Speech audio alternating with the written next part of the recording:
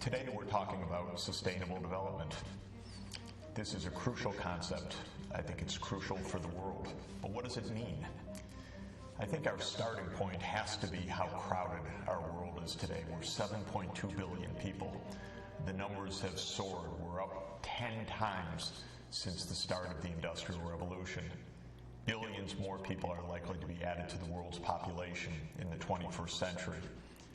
This is making for a very complicated world, a world divided between great wealth and still crippling poverty, a world facing unprecedented environmental challenges. Sustainable development is really two ideas. One is a way to understand this complicated world.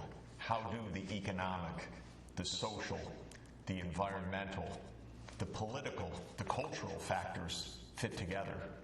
And the second aspect of sustainable development is the idea of sensible goals for this crowded, interconnected planet. How do we make the world both prosperous, fair, and also environmentally sustainable so that our numbers and our economy don't overrun the physical planet itself? That's really the aim of the study of sustainable development, to understand the world and, of course, to help improve the world. And we need to get into that complexity. Any idea that there's one answer, one simple magic formula, one explanation, one force at work, we have to put that aside.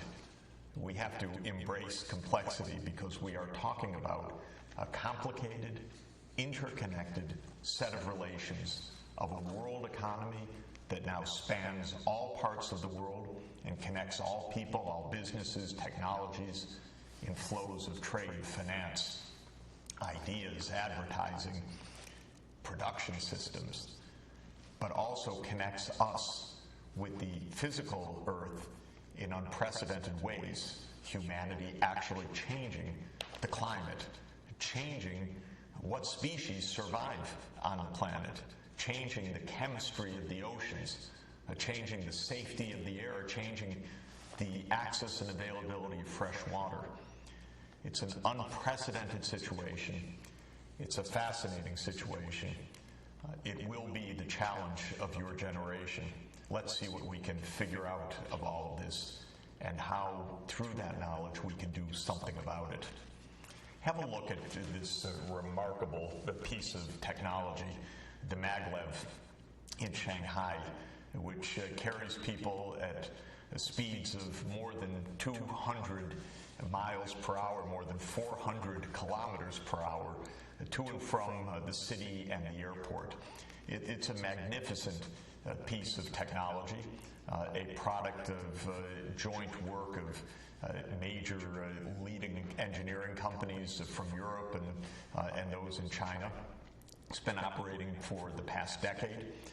It is a kind of model of what sustainability can mean in the future, because if electric trains, these magnetic levitation trains, or fast intercity rail based on electricity, are powered by clean electricity, then we have a way of helping people to move, helping goods and services to move in a way that's safe for the environment.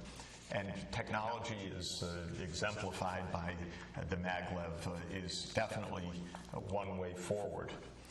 But we also have to realize that not all the world right now is in the state of traveling to and from the airport in magnetic levitation.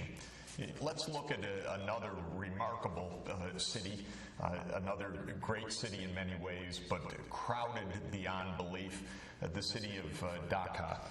You see crowds bustle and actually a kind of transport you can hardly find anywhere else in the world. I've experienced it. It is astounding to ride in a bicycle rickshaw or one of these buses on this incredibly crowded path. thousands and thousands of people walking to and from work, life out on the streets. What are we really seeing here? First, we're seeing one of the most crowded places in the world. We're seeing an example of the incredible rise of global population. Bangladesh is a country now of around 160 million people. That's more than 4 times the 37 million people in Bangladesh. In the middle of the land itself is one of the largest cities in the world right now. But think of what's happened. In 1965, Dhaka had about 500,000 people. Today, Dhaka has more than 15 million people. You can imagine how the infrastructure has been completely overrun, how transport systems, water systems, sanitation systems, and all the rest are facing unbelievable stress with this kind of population increase. This is also part of the reality of our planet. How do you achieve sustainable development in a very low income, very, very crowded place like Bangladesh, especially taking into account how vulnerable low-lying Bangladesh is to the climate change ahead. So sustainable development for us, first, is a way to understand these complicated challenges. I think it's useful to think of there being 4 dimensions to that puzzle. There's the economics, there's the societal dimension, how our communities work, culture, civil society. There's the natural environment, and there's our political or governance systems. How do economic, social, environmental, and governance systems interact? The second way to think about sustainable development is not only as an analytical approach, one that takes a holistic view of society, but also as what we would call a normative or ethical approach, identifying goals for society. Sustainable development urges us to have a holistic vision of what a good society should be. Sometimes people say, well, good society is a rich society. But we know that can't quite be it, just to focus on the economics. If a country is rich on average, but all the wealth is held by very few people and most of the people are poor, I think most of us would say that's not a good society in the sense that we would aspire towards. So social inclusion is a second aspect of a good society, meaning that economic well-being is widely shared among different ethnic, religious, or racial groups in a country. It's shared between men and women, so there's gender equality. It's shared among regions of a country, so that there's not just one pocket of prosperity in a sea of poverty. A third aspect of what we would think to be a good society is one that is a good steward of the natural environment. We all know that if we break the physical systems of biodiversity, if we destroy the oceans, if we deforest the great rainforests, we're going to lose immeasurably.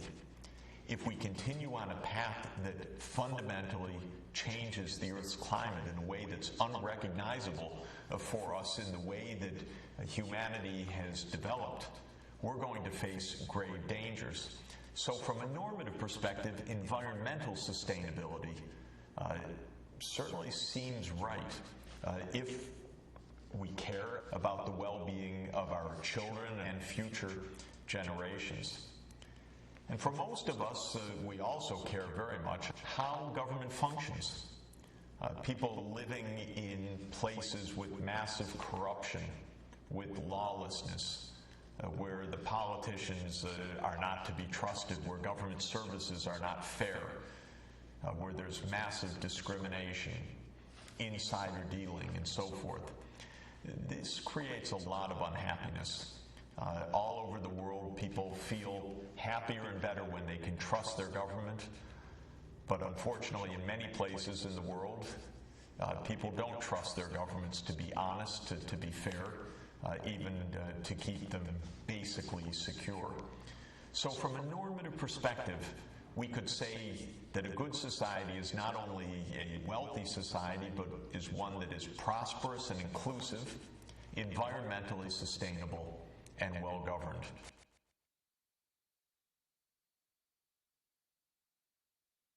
And our fundamental question will be, how can we take sustainable development as a goal, use our knowledge of the interconnections of the economy, of society, of the environment, and of governance to think through this crowded 21st century in a world of massive divisions of wealth and poverty, in a world of unprecedented environmental stress, but also in a world of maglevs and many, many other technological miracles.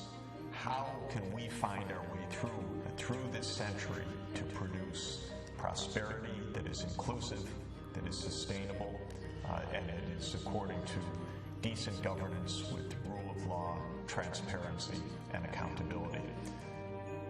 There are some very powerful ways forward to meet sustainable development as a goal, a shared goal for the planet.